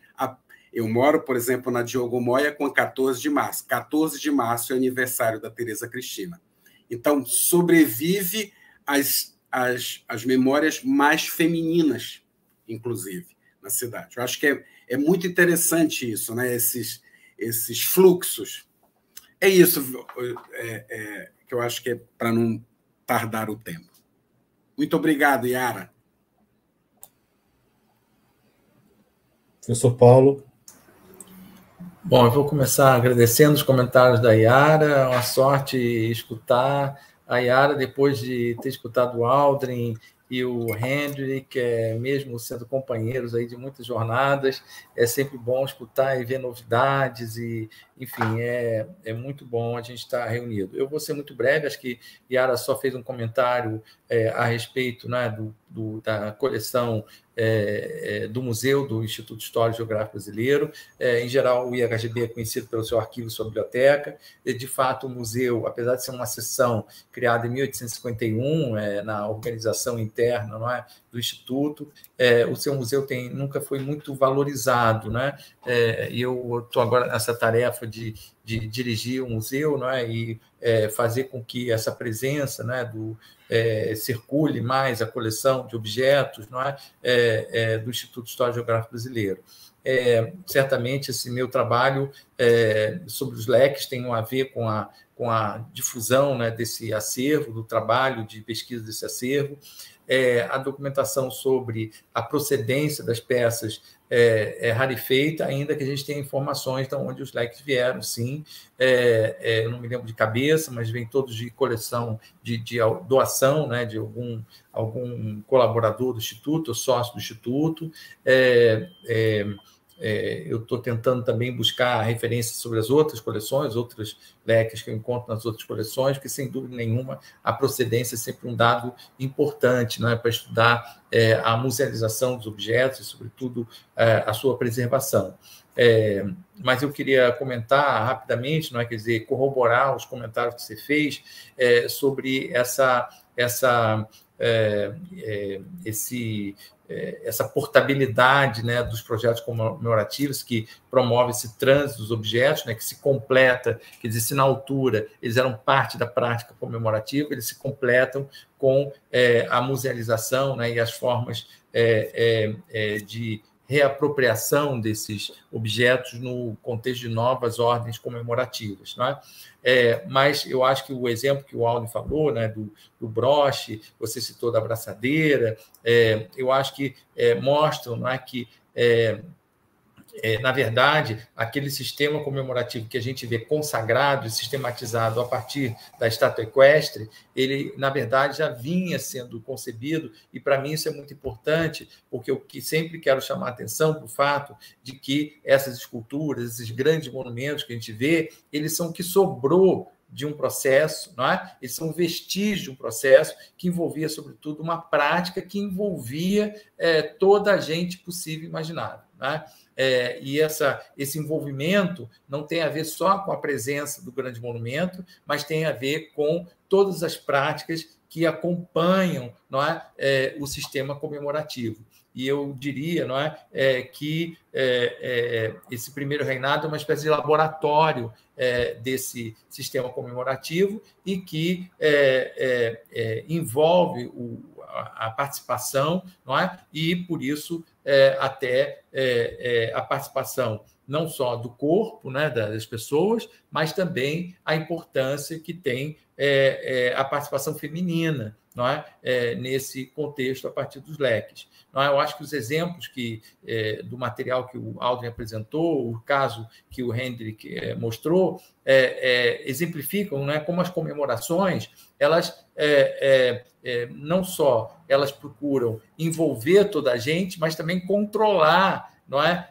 Toda a gente, não é? Para usar a expressão do Zé Murilo, né? A formação das almas, não é?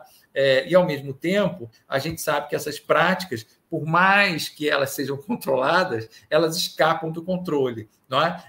E eu acho que é isso que é interessante quando a gente estuda a história das comemorações, não é? Porque, ao mesmo tempo que a gente encontra o discurso oficial, se eu posso dizer assim, não é? A gente encontra também os contra-usos, não é? Se a gente tem os usos oficiais do passado, a gente tem os contra-usos. Hoje, os artistas, eu não tive tempo de explorar aqui, não é? Mas os artistas contemporâneos têm trabalhado muito esses contra-usos, não é? Em relação aos monumentos, especialmente, não é? Isso é muito claro aqui no Rio de Janeiro, mas em outros lugares também, não é? Mas esses contra-usos existiam já nas práticas instituídas, não é? E eu acho muito interessante toda essa história das comemorações começar com uma peça que o próprio homenageado recusa, não é? Lembrando que, mais tarde, o Dom Pedro II vai recusar também a sua estátua equestre, não é? Para defender a construção das escolas públicas no Rio de Janeiro. Em vez de juntar dinheiro, gente, para apoiar a construção de um monumento, ele pedia que juntasse gente e dinheiro para construir as primeiras escolas primárias da corte, não é? Na verdade, toda a história do sistema comemorativo é um permanente processo de negociação, não é? De usos, abusos e contra-usos, não é? Do passado. Eu não vou me alongar muito, porque a gente tem a questão do tempo aí, mas eu acho que esse é o tema principal que eu gostaria de sublinhar, não é? E nessa medida, né, não só o trânsito de objetos é muito importante, mas esse uso corporal, essa participação do corpo, da performática, né? A comemoração é sempre performática. Então, eu penso, né, esse primeiro reinado como a era do laboratório desse sistema comemorativo que vai se afirmar nos anos seguintes e se esgotar em 72, né, a partir da década de 70, a gente encontra o esgotamento desse sistema comemorativo cívico, né? E aí a gente vai ver mais contra-uso do que o uso, né? Esse ano, por exemplo, certamente é um ano em que o uso oficial não tem participação, a gente já percebe isso. Não, o governo não se preparou no sentido da comemoração cívica, se preparou no outro sentido, não é? E a gente vê que, em grande medida, os artistas contemporâneos, por exemplo, estão expandindo, não é, as suas presenças de contrauso. Eu acho que a exposição do Alves, que termina com aquela moça na fotografia com a bandeira, não é um exemplo, e a própria exposição, no fim das contas, não é, ao usar essa imagem, termina reforçando essa ideia de que nós vivemos numa outra hora, num outro tempo, né, de comemoração, e estamos produzindo aí um novo regime comemorativo. Não é? Obrigado, gente. Foi ótimo estar aqui com vocês. Vou aproveitar e agradecer, não é, a chance da gente estar reunido. Obrigado, Paulo. Com a palavra, o Hendrik. Muito obrigado, Yara, pelas perguntas, pelos comentários. Obrigado também pelo público, pela paciência dessas longas falas com tantos detalhes.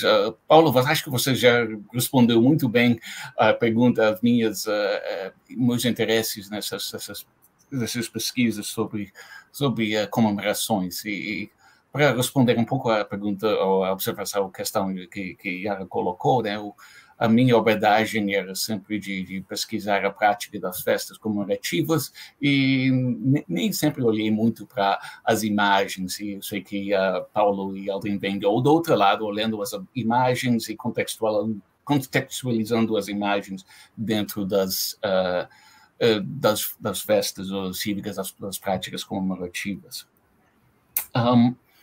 O problema sempre para mim é a questão de fonte, que eu andei procurando ano após ano relatos e descrições e nem sempre tem muita coisa que não é mencionado nos periódicos, que só ao acaso a polícia registra. Tem toda essa história, problema de fazer a história social que todos nós já conhecemos. E, de fato, tudo que eu argumentei sobre os caboclos e a história da origem dos emblemas pode ser até estourado com um simples argumento que talvez ouvi muitos caboclos, ouvi muitos emblemas e não ouvi um...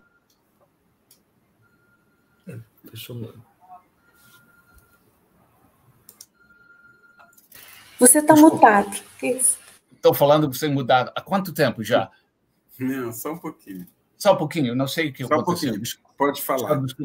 Onde estava o problema de fontes e a possível resposta a tudo que eu falo que eu até estouraria todo o meu argumento, seria simplesmente dizer que houve muitos caboclos na Bahia oitocentista e que nenhum deles era o caboclo, embora Quirino e outra história tende a enfatizar um símbolo específico. E a partir de meados do século, quando foi a partir de meados de 1862, quando foi construído o pavilhão da Lapinha para guardar os símbolos, tinha símbolos oficiais, mas os primeiros quase 4 décadas talvez tivesse muitos caboclos. Eu acho bastante interessante que comentaram sobre o uso de pessoas individuais, uso de símbolos, e me lembro a história bem relacionada a 2 de julho, que João Reis menciona na biografia de Domingos Sodré, que é preso, que é pai de santo, é preso por volta da década de 1860, por aí, mas vai para a cadeia usando uma farda militar com o distintivo da campanha do 2 de julho, que é outro uso de reforçar a estátua. Reforçar seu status, sua condição de livre, de patriota, de brasileiro, de baiano. É também interessante que, já que falamos tanto da estátua equestre de Dom Pedro I, me lembro também uma coisa que, Yara, que você observa no seu livro, seu Pátria Coroada, que essa estátua e toda a visão em torno da estátua equestre de 1862 é logo esquecido, e a estátua nunca foi, depois de 62, usada sistematicamente em comemorações oficiais, o que representava já era uma coisa ultrapassada a partir de finais depois da Guerra do Paraguai. E o interessante é que a estátua equestre é tomado e é usado pela sociedade comemorativa da independência do Império depois de 1870, para os que eram considerados os festejos populares da independência no Rio de Janeiro, e as duas imagens que mostrei no início representam um aspecto disso. Então, tem uma certa aprendizagem popular da mensagem oficial da estátua, cuja aprendizagem pelo povo do Rio de Janeiro é bastante criticado depois, no final da década de 1880, e parece que não houve continuidade a esse tipo de comemorações populares na República. Bem, tudo isso é só lembrar que temos, como o Paulo já mencionou muito bem, temos uma série de interações entre ideias populares e ideias oficiais sobre que forma de comemorar. Há sempre contestações vigorosas sobre o significado dessas representações da independência e dessas práticas. E é um processo constante que eu procurei durante tanto tempo delimitar historicamente sobre aí tem muitos significados hoje em dia perdidos, que eram muito importantes para pessoas em determinadas épocas do passado. Eu acho que é isso aí, já que estamos no final do tempo, eu vou terminar por aqui, só agradecendo aos participantes da mesa e os comentários de Yara.